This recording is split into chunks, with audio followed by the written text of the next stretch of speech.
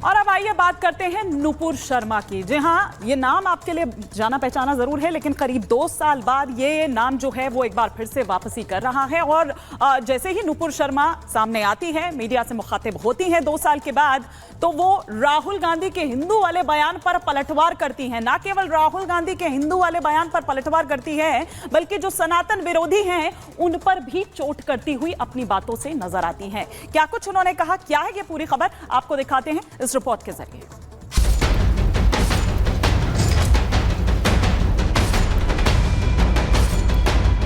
सनातनियों के लिए, हिंदुओं के लिए और कोई देश भी नहीं है, यह सत्य हम सबको भी पता है।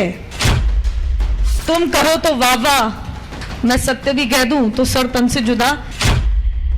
और अगर हिंदू हिंसक होता तो एक हिंदू सनातनी बेटी को इस सुरक्षा घेरे में अपने ही देश में अपनी आजादी गंवा के रहने की नौबत नहीं आती। नुपुर शर्मा राजनीति का वो चेहरा जो पिछले काफी वक्त से ना तो मीडिया के सामने आया था और ना ही सोशल मीडिया पर एक्टिव था, लेकिन 2 साल बाद अचानक वो सार्वजनिक मंच से बोलते हुए दिखाई दी। गाजियाबाद में एक भगवत कथा कार्यक्रम में नुपुर शर्मा का वही तीखा और बेबाक अंदाज दिखा। मंच से राहुल गांधी का नाम लिए बिना उन्होंने कहा कि अगर हिंदू हिंसक होता तो देश की सनातनी बेटी को अपने ही देश में आजादी गंवा कर रहना नहीं पड़ता। जब ऊंचे पदों पे बैठे लोग कह देते हैं हिंदू हिंसक हैं, ऊंचे पदों पे बैठ के लोग कह देते हैं कि हिंदू सनातनियों का नरसंहार कर दो, 2 बात कहूंगी। जो मैंने देखा है पिछले 2 साल में, सनातनियों का नरसंहार करने की कोशिश की गई, क्योंकि शायद व्हाट्सएप पे, फेसबुक पे कुछ लिख दिया और कुछ ऐसा उल्टा सीधा नहीं लिखा। और अगर हिंदू हिंसक होता तो एक हिंदू सनातनी बेटी को इस सुरक्षा घेरे में अपने ही देश में अपनी आजादी गंवा के रहने की नौबत नहीं आती। साल 2022 में विवाद के बाद नुपुर शर्मा एक तरह से गायब हो चुकी थी, लेकिन आज जब वो सामने आई तो उनका दर्द छलक पड़ा। उन्होंने कहा कि कोई और ऐसा वक्त ना देखे जो उन्होंने इन 2 सालों में देखा है। जो मैंने देखा है पिछले 2 साल में, सनातनियों का नरसंहार करने की कोशिश की गई, क्योंकि शायद व्हाट्सएप पे, फेसबुक पे कुछ लिख दिया और कुछ ऐसा उल्टा सीधा नहीं लिखा। और अगर हिंदू हिंसक होता तो एक हिंदू सनातनी बेटी को इस सुरक्षा घेरे में अपने ही देश में अपनी आजादी गंवा के रहने की नौबत नहीं आती।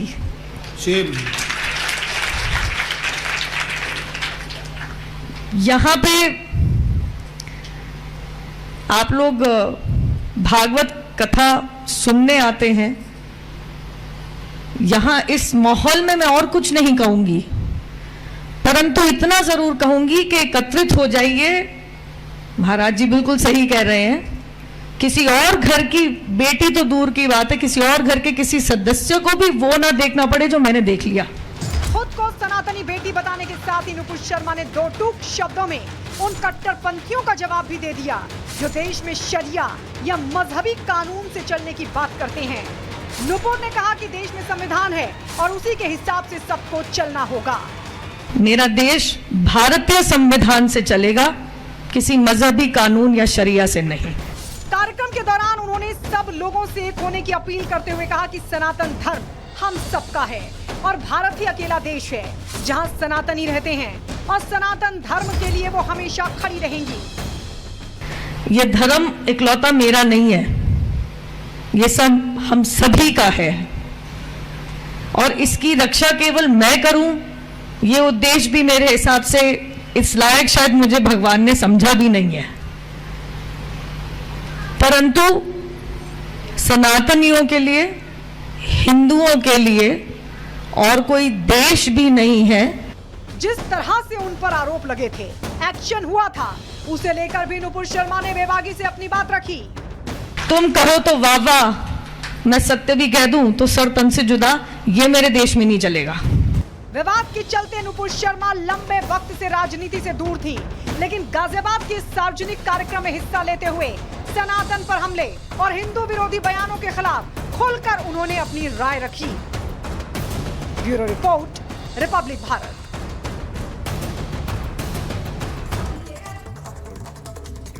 तो देखिए, राहुल गांधी के हिंदू को लेकर जो उन्होंने बयान दिया, उस पर नुपुर शर्मा ने क्या कहा ये तो आपने सुन ही लिया है। लेकिन अब कांग्रेस नेता उदित राज ने भी आकर इस पर चुप्पी तोड़ी है। क्या कुछ कह रहे हैं आपको सुनवाते हैं। तो वो कह रही है एक हिंदू बेटी की सवाल है कि वो सुरक्षा के घेरों में अपनी जिंदगी गुजार रही है। अगर हिंदू हिंसक होता तो इस तरीके से स्थिति ना होती। अरे करोड़ों लोग, लाखों लोग मारते हैं, पूरे दलित असुरक्षा के घेरे में हैं, गांव में उनको मार दिया जाता है, कोई पूछता है? तब तो कोई सवाल नहीं खड़ा करते आप। कौन मारता है? जो दलितों के ऊपर अत्याचार होता है, बलात्कार होता है, हम तो कर्मचारी अधिकारियों की समस्या का भी को देखते हैं। प्रमोशन हुआ तो रोका जाता है, या उनको गलत पोस्टिंग दी जाती है, और या तो उनका करेक्ट कॉन्फिडेंशियल रिपोर्ट खराब की जाती है। कौन करता है? हिंदू ही तो हिंदू के साथ करता है। क्या बातें करते हैं। तो आपका कहना है जिस तरीके से जो बयान दे रही है हिंदू मुस्लिम करना चाह रही है, और क्या है इसमें? कुछ नहीं है। हिंदू को ही आज हजारों वर्ष से दलितों का शोषण हुआ, पिछड़ों का शोषण हुआ, सत्ता से भागीदारी नहीं है। आज केवल 80 देश की आबादी 15% है, उसके पास में 90% की धन संपत्ति है। SC ST जिसकी 25% है, 30% आबादी है, उसकी 3% है। ये किसने किया है? मुसलमानों ने किया है। गरीब तो बिना वजह की बातें न लाने की कोशिश किया जाए, इसका जवाब पहले दें। तो देखिए, सवाल बड़ा है कि आखिर सनातन से बैर कैसा। दरअसल कांग्रेस ने लोकसभा चुनावों में 99 सीटें क्या जीत ली। राहुल गांधी अति आत्मविश्वास से लबरेज नजर आ रहे हैं, और इसी आत्मविश्वास के चलते उन्होंने अयोध्या को लेकर एक ऐसा बयान दे दिया जिसके बाद फिर से उन्होंने सेल्फ गोल कर लिया है। आखिर क्या कहा, इस रिपोर्ट में दिखाते हैं।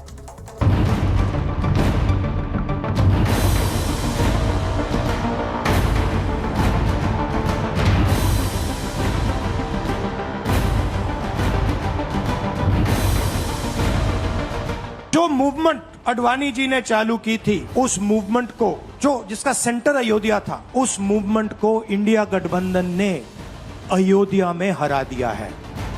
ठीक सुना आपने।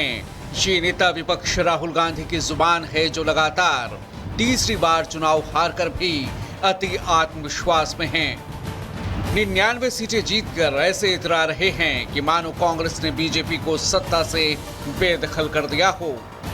अति आत्मविश्वास में राहुल इस कदर बड़बोले बन गए हैं कि सनातन और हिंदू आस्था के अपमान से भी मानो उन्हें गुरेज नहीं। जो राहुल और कांग्रेस राम मंदिर तक नहीं गए, राम का नाम लेने से भी कतराते रहे, राम के अस्तित्व पर ही जिस दल ने कभी सवाल उठाए थे, उन्हें अब अयोध्या की बहुत याद सताती है। इसलिए तो राहुल गांधी ने गुजरात में बीजेपी पर हमला बोलने के चक्कर में राम जन्मभूमि आंदोलन पर ही सवाल उठा दिए। राहुल ने गुजरात में कहा कि अयोध्या में उनकी जीत राम मंदिर आंदोलन की हार है, और ऐसी ही जीत वो गुजरात में दर्ज करेंगे। जरा एक बार फिर सुनिए राहुल का ये सियासी बयान। लिख के ले लो, कांग्रेस पार्टी की जो आत्मा है वो गुजरात के चुनाव में लड़ेगी, और नरेंद्र मोदी और बीजेपी को गुजरात में जैसे हमने अयोध्या में हराया है, वैसे ही हम गुजरात में इनको हराने जा रहे हैं।